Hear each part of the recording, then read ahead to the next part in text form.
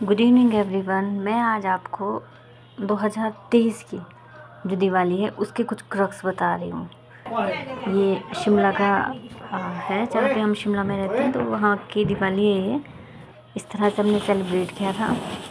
वैसे पटाखे नहीं चलाने चाहिए, पर फिर भी हमने थोड़े बहुत चलाए थे, ज़्यादा नहीं चलाए, थोड़े बहुत थोड़ा सेलिब्रेट करने के लिए। और आप जो पीछे देख रहे हो ये पूरा शिमला का बैकग्राउंड है। ये देखिए, ये पूरी शिमला की लाइट्स है।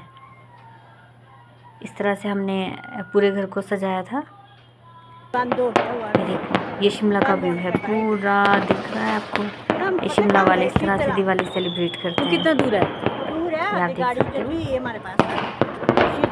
तो आज आपको मैं शिमला की दिवाली सेलिब्रेट करते हुए दिखा रही हूँ कि शिमला में सेलिब्रेट किस तरह करते हैं। ये देखिए,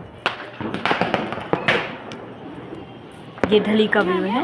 आप देख सकते हो ये शिमला ढली है, जहाँ पे इतने सारे लोग, देखो ये पूरा ढली का व्यू है। ये यहाँ पे जो घर है किस तरह से साइड में लगाए हुए इन लोगों ने, बिल्कुल पास में। और उस वक्त मेरा मुन्ना था, आई थिंक 8 या 9 मंथ का है। देखो ये बिल्कुल, और कितनी शरीफ लग रही है। अब मेरा मुन्ना शरीफ नहीं है, पर उस वक्त बहुत प्यारा था। और ठंड बहुत होती है उस वक्त। या मेरे मुन्ना को देख रहे हो, ये 8-9 मंथ की है जब मुन्ना था। और वहाँ पे ठंड बहुत होती है, तो इसलिए हमने इसको बिल्कुल पैक करके रखा था। खुद भी बहुत पैक्ड थे, और इसको भी हमने बहुत पैक करके रखा था।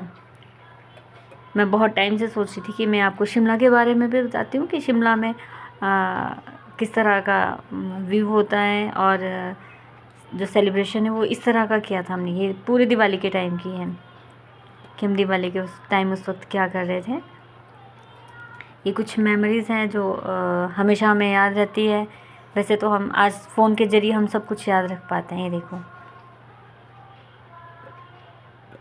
मुन्ना कितना पैक था उस टाइम, बिल्कुल।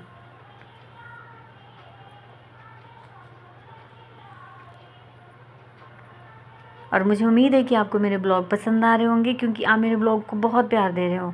तो फिर मेरा मन भी करता है मैं आपको कुछ अच्छी कुछ नई चीज़ें दिखाऊँ और कुछ नई जगह के बारे में बताऊँ।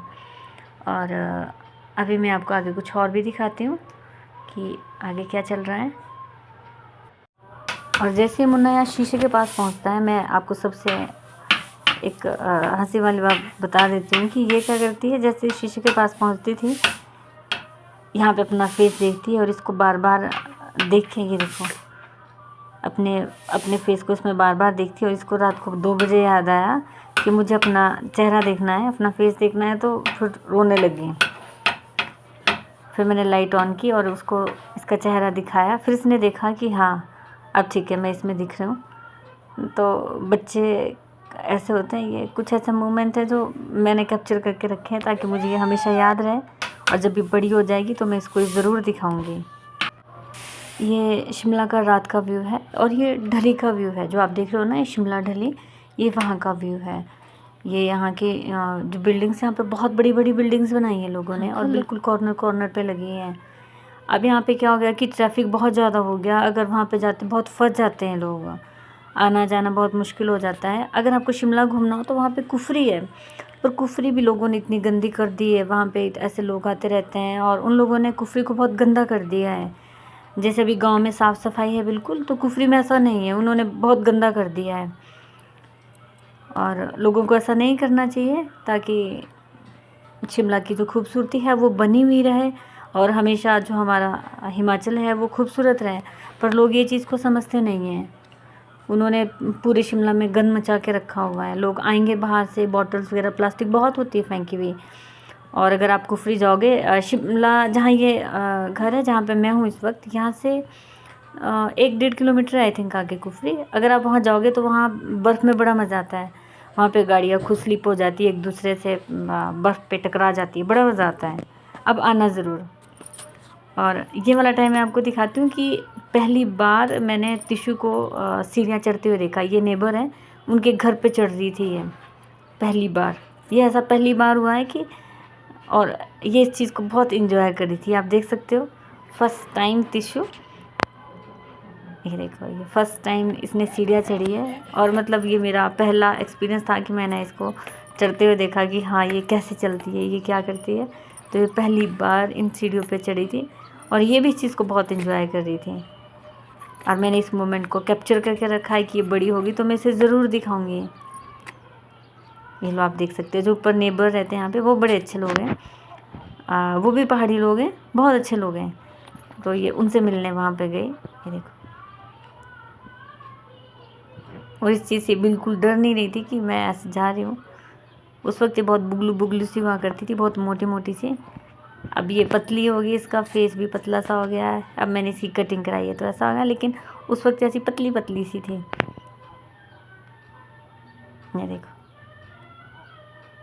अब ये यहाँ पे बैठने की सोच रही कि मैं यहाँ पे बैठ जाऊँ। ये देखो, अभी यहाँ बैठ जाती हैं।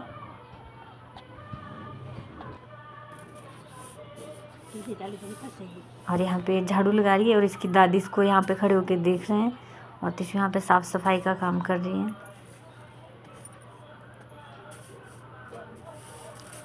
शहरों में रहना इसलिए अच्छा नहीं लगता क्योंकि वहाँ एक कमरे में अंदर बंद रहना पड़ता है।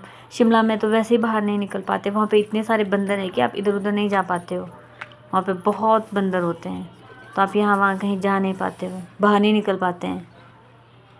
और वहाँ ढली में तो इतने सारे बंदर है कि आप बाहर निकलोगे वो।